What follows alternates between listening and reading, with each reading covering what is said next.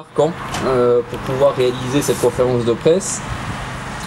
Je dirais qu'il y a deux axes aujourd'hui dans cette conférence de presse. Le premier axe, c'est de montrer en ce lieu l'évolution et l'ambition de la municipalité à l'égard du renouvellement de ce quartier, dit historiquement quartier de Daspy, la volonté de la ville par des aménagements, par une politique proactive, de vouloir changer ce quartier qui va de la zone du Breuil haute, zone du Breuil basse, qui va jusqu'à la rue des Romains et qui incluait une initiative qui avait eu lieu en 2019 qui était la démolition du tunnel dit de Daspy, qui était une première étape. L'autre élément, c'est bien sûr de parler de la démolition elle-même du moulin de Daspy et des modalités pratiques et opérationnelles de cette démolition, des portes ouvertes qui vont avoir lieu avec et les modalités, on va dire, de discussion de personnes qui veulent prendre un peu plus de risques, dit urbex, où je ne suis pas totalement défavorable, mais bien évidemment il y aura quelques modalités technico-juridiques à voir. Alors tout d'abord sur le premier élément, je vous ai donné une étude qui est réalisée par l'Atelier des Territoires, qui nous accompagne sur la totalité de nos projets d'urbanisme depuis 5 ans, qui nous a aidé. Vous avez tout à l'arrière une perspective, j'allais dire, définitive de tous les projets d'urbanisme agrégés,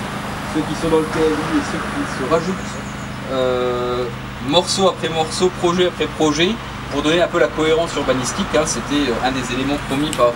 par le cabinet d'urbanisme et là qui permettait d'avoir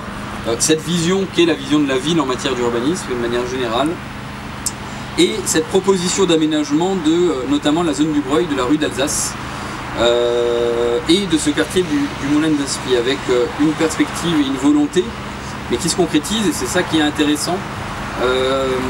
La perspective et la volonté, c'est de faire en sorte, un peu par opportunité, pour raconter un tout petit point d'histoire, un peu par opportunité parce qu'effectivement tout a commencé par la volonté municipale de rester sur l'aménagement du quartier de Daspy, qui se concrétisait par ce tunnel qui a été démoli en 2019, par le quartier qui est le quartier de la cimenterie qui est sur Thionville-Terville, et par l'aménagement Moulin de Daspy et Solvay, auquel se rajoute l'usine Saint-Agathe et la rue des Romains. Tout est parti de cette initiative et de cette volonté municipale de maîtriser le foncier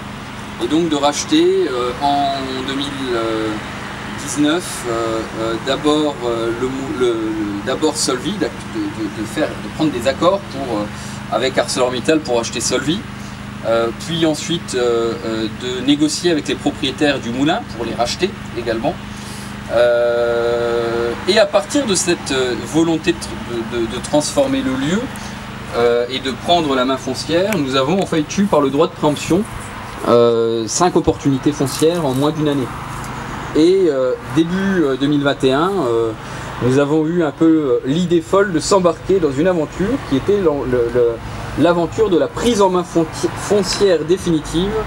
de la rue d'Alsace. Alors, une prise en main foncière qui s'est d'abord faite par l'opportunité sur les biens et les deniers municipaux, avec des préemptions aux 16 rues d'Alsace, aux 6 rues d'Alsace, aux 10 rues d'Alsace, aux 11 rues d'Alsace, des prises en main foncières qui ont continué et qui continuent, puisque maintenant le mot c'est dit. La chose est évidente pour tous les agents immobiliers ou promoteurs immobiliers locaux que la ville de Fleuranges rachète et rachètera tout bien immobilier qui se vend sur la rue d'Alsace pour une vocation, et avec une vocation, c'est transformer cette zone économique qui s'est construite entre les années 50 et les années 90, héritière à la fois de la sidérurgie, d'une ancienne aciérie, mais également héritière de Philo et de toute l'usine Philo qui a ensuite été découpée pour de multiples entrepreneurs et industriels qui ont petit à petit racheté pour installer des boîtes qui fonctionnent parfois encore. Et effectivement la volonté de faire table rase et de démolir tout ce quartier, j'allais dire, économique pour en faire une nouvelle zone économique du XXIe siècle. Ce qui veut dire et ce qui impose d'une certaine manière que la municipalité, en prenant la main, en démolissant elle-même ou en faisant en sorte de démolir elle-même, fait le choix de permettre de maîtriser l'urbanisme futur de ce quartier de développement économique. C'est une ambition et un risque qui, j'allais dire, au préalable c'était un risque, et qui finalement nous amène véritablement à avoir des opportunités réelles. Alors c'était un risque quand effectivement nous avons lancé la démolition du tunnel, c'était pas forcément évident, on a réussi par opportunité, je le dis avec l'aide de tous les partenaires, à faire financer ce tunnel de Daspi, par les deux agglos, par la SNCF Réseau, par également le département et la région qui ont pris leur part du travail, et ça je crois qu'on doit encore les en remercier. C'est le projet du SMITU du dépôt de bus sur 8 hectares. Je crois qu'il ne faut pas l'oublier, c'est la création d'un dépôt de bus unique pour le Thionvillois, neuf, attractif, moderne, qui inclura bien sûr la capacité d'avoir du bus électrique, mais pourquoi pas également de la mobilité hydrogène en potentiel, et qui va forcément renouveler le quartier. C'est également, et tout d'abord, maintenant, la démolition de ce moulin de Daspi, qui correspond à 60 arts de terrain, qui est à la fois ces 60 arts de terrain sur le banc communal de Thionville, un accès par le banc communal de Terville, et une partie, à peu près une quinzaine d'arts sur le banc communal de Florange. Alors c'était un risque de vouloir travailler sur le banc communal des autres, mais bon, on s'entend bien entre collègues. Et effectivement, je tiens à le rappeler, nous avons eu bien sûr le permis de démolir et l'accord de Pierre Cuny, à la fois Porte de France et ville de Thionville, de pouvoir acquérir ce foncier d'une ville en ingérence dans le banc communal d'une autre, avec vraisemblablement une forme de pragmatisme de dire qu'est-ce que Thionville va venir investir derrière le tunnel qui reste, et derrière le tunnel SNCF entre Terville et Florange. On sait très bien que cette enclave est plus florangeoise que thionvilloise, de fait, dans la réalité, dans l'attractivité du territoire. Et effectivement, c'est pour ça que nous avons fait le choix de prendre la main, d'acheter pour 200 000 € ce moulin, et de lancer cette démolition. Aujourd'hui, désamiantage et démolition pour 70 000 €. Ce qui est à prix très bas, on ne s'y attendait pas, on pensait plutôt le double, et finalement, après appel d'offres, après concurrence, on est à 70 000 € pour le désamiantage et la démolition, ce qui nous donne aujourd'hui une assiette foncière en pleine entrée de ville sur un axe qui a 18 000 véhicules jour, qui est disponible presque à l'avenir pour 270 000 €, ce qui en soi est certainement l'une des meilleures opportunités, j'allais dire, de la décennie pour Florange, au vu de l'emplacement géographique et de l'intérêt géographique que peut avoir ce lieu, puisqu'on est bien sur une entrée de ville qui, si elle est bien aménagée, peut devenir extrêmement attractive. Derrière, c'était l'acquisition de Solvay, 350 000 € auprès d'ArcelorMittal, sur lesquels on a tenté à un moment donné de vouloir envisager l'avenir en maintenant le bâtiment en l'état. Et après avoir eu quelques mésaventures en la matière, notamment sur les questions réglementaires, le choix des élus est aujourd'hui assumé de vouloir démolir le bâtiment de Solvay et de vouloir donner une ambition. C'est non pas simplement de travailler avec de l'acquis et un bâtiment qui certes a un cachet architectural, mais qui aujourd'hui est contraignant, soit à cause de la pollution des sols, soit à cause de la qualité des bâtiments, soit à cause des contraintes réglementaires qui entourent un bâtiment, puisque les contraintes réglementaires d'aujourd'hui ne sont plus les mêmes qu'à l'époque où on a créé Solvay, et on ne pourrait plus l'utiliser en l'état sans devoir investir presque 1 million ou 1,5 million à minima, soit dans l'installation électrique, soit dans les halles, soit dans les cloisonnements, soit dans le désenfumage. Il y aurait trop de contraintes pour pouvoir le maintenir en l'état, donc nous avons fait le choix de lancer un appel d'offres aujourd'hui pour la démolition, que nous estimons aujourd'hui à 450 000 €, cette démolition, déconstruction, désamiantage, sans aller jusqu'à la dépollution qui devra être gérée et traitée ensuite avec des partenaires privés ou publics pour nous accompagner. Effectivement, le bâtiment de Solvay, c'est un bâtiment qui est à peu près sur 2 hectares construits, mais 4 hectares complets en matière de bâti. C'est donc aujourd'hui, rien que sur ces deux projets, rien que sur ces deux discussions, pas loin de 4 hectares et demi sur lesquels nous discutons, 4 hectares et demi en entrée de ville, 4 hectares et demi sur un lieu, un axe extrêmement passant, et effectivement qui à court terme, puisque Solvay pour moi, la mission qui a été donnée au service de la ville, c'est une démolition de Solvay, pourquoi pas avant la fin de l'année, ou en tout cas de pouvoir commencer les démolitions tout début d'année prochaine, et de pouvoir acter les marchés avant la fin de l'année. C'est donc une ambition très forte pour changer le paysage de Florange, changer le paysage de cette entrée de ville de Florange. Il faut rappeler que le dépôt de la centrale de bus du Thionvillois commence à la fin de l'année également, d'après le calendrier officiel. Donc normalement à la fin de cette année 2022, nous devrions avoir en termes de calendrier la mutation totale et définitive de ce quartier qui sera acté et gravé dans ce paysage. Je finis simplement en disant qu'on est aux confins de 2 projets. Quand on est à la croisée de 2 projets qui sont dans les documents que je vous ai donnés. Donc le projet de la reconversion de cette zone du Breuil, de cette rue d'Alsace, où en discussion avec des acteurs privés, avec des acteurs publics, aujourd'hui, la communauté d'agglomération du Val-de-Fensch qui va récupérer la compétence, après discussion avec le président Michel Lipgott, qui a bien compris que c'était bien un intérêt de développement économique et donc d'un intérêt communautaire de pouvoir réaliser cet aménagement. Aujourd'hui, les 25 hectares de cette rue d'Alsace, zone du Breuil, auront une triple vocation. Une vocation quand on se rapproche de la cité de la gare, mixte, commerciale et logement. Une vocation artisanale et purement artisanale pour une partie de cet aménagement, j'allais dire sur à peu près 7 à 8 hectares pardon, à peu près au niveau du 10 rue d'Alsace, jusqu'à SDRA, on va prendre ça comme principe, et à partir de SDRA et des anciens bâtiments philo, d'avoir une démolition pour un usage commercial, pour une vocation d'une nouvelle zone commerciale, j'allais dire, qui pourrait rejoindre la rue des Romains et cet axe extrêmement passant. Voilà l'ambition d'un côté, et l'autre ambition, il faut savoir que ce foncier est bloqué depuis 50 ans ou 60 ans, parce que à cet emplacement, à cet endroit, il devait y avoir un viaduc. Il devait y avoir le viaduc de l'A31 bis du tracé F4. Il devait y avoir, dans le pire des cas pour la ville de Florange,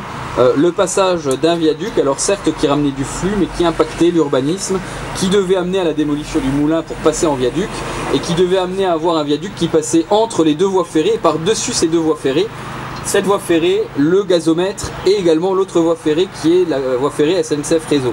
Et donc effectivement, on a eu le temps s'est arrêté pendant presque 50 ans à cause de ce projet d'A31 bis sur ce tracé F4. Effectivement maintenant, ce lieu est, j'allais dire, presque le lancement du projet de la reconversion de la voie, des terrains de la voie rapide 52. C'est l'acte initial d'un projet qui va amener la ville à interroger les 23 hectares de foncier qui vont de la déchetterie de Florange sur la carte jusqu'à la rue des Romains et à ce moulin d'Aspy. Et effectivement, à cet égard, nous avions proposé en 2018 un plan de planification que nous reprenons, cette planification. C'était un plan de discussion et de concertation. Nous reprenons l'idée de ce plan de concertation et d'aménagement qui est encore une fois dans vos documents. À partir de cette démolition du moulin, nous mettrons en œuvre petit à petit ce projet. Ça passera de manière très opérationnelle par une concession d'aménagement qui inclura de la rue des Romains et du début de la rue des Romains florangeoise jusqu'au terrain à proximité des étangs, Chils et Carpodrome. Tous ces terrains qui sont aujourd'hui des terrains des terrains vides, je vais dire comme ça, mi-agricole, mi-vide, en attente de la fameuse décision de ce tracé de l'A31 bis. Et effectivement, nous discutons aujourd'hui pour pouvoir mettre en œuvre une concession d'aménagement avec un aménageur ou avec des investisseurs qui utiliseront, qui géreront ces 23 hectares de terrain, mais avec l'ambition et la volonté que la rue des Romains soit rachetée à l'État d'ici à la fin de l'année ou à l'année prochaine.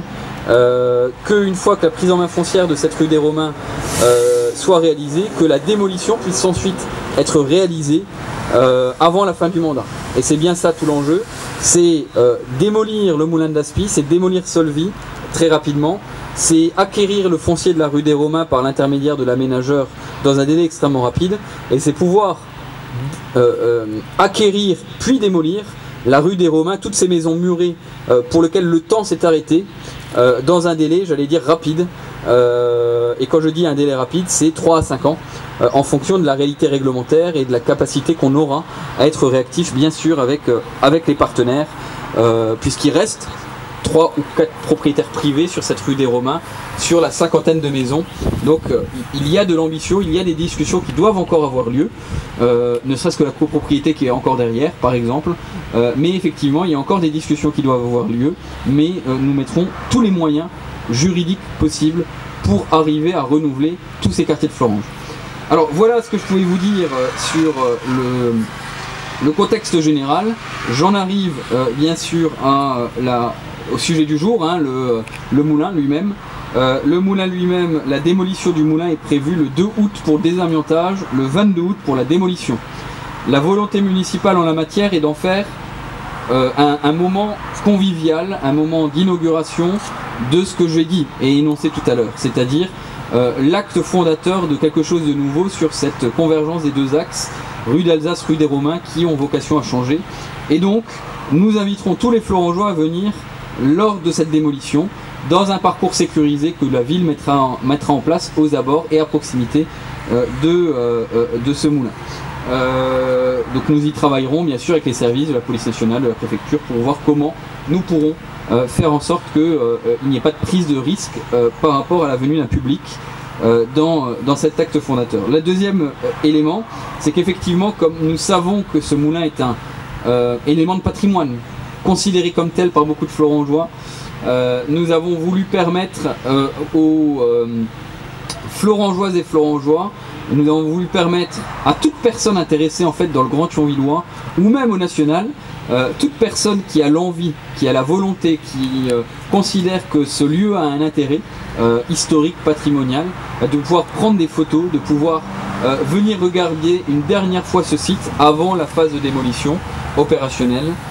Et donc nous avons lancé l'idée de journées portes ouvertes qui seront réalisées le 30 et le 1er juillet à travers un parcours sécurisé qui sera plus ample que le parcours qu'on a improvisé aujourd'hui, qui aura vocation à vous permettre de pouvoir aller voir de manière sécurisée une partie de ce qui reste des bâtiments. Et pour les plus aventureux, nous étudions actuellement la possibilité de permettre, je le dis bien pour les plus aventureux, une capacité de réaliser de l'urbex, mais dans un cadre juridique où nous nous déchargerons de toute responsabilité et où chacun prendra ses propres responsabilités. Mais nous entamerons un parcours sécurisé sur lequel nous nous engageons et où le grand public pourra aller. Et nous demanderons pour toute personne qui a des velléités peut-être plus complexes et qui veut prendre son risque, de nous contacter, de faire une traçabilité écrite en nous envoyant un mail ou un courrier avant la démolition et la phase de démolition, et de nous faire la demande officielle de pouvoir entrer dans une partie du bâtiment, parce qu'il n'y a qu'une partie qui, moi, me semble, sans prendre de grands risques, j'allais dire, utilisable pour de l'urbex. Mais effectivement, là encore, nous ne ferons que par procédure écrite préalable avec les uns ou les autres, et nous n'accepterons pas l'urbex sauvage qui pourrait avoir lieu en la matière.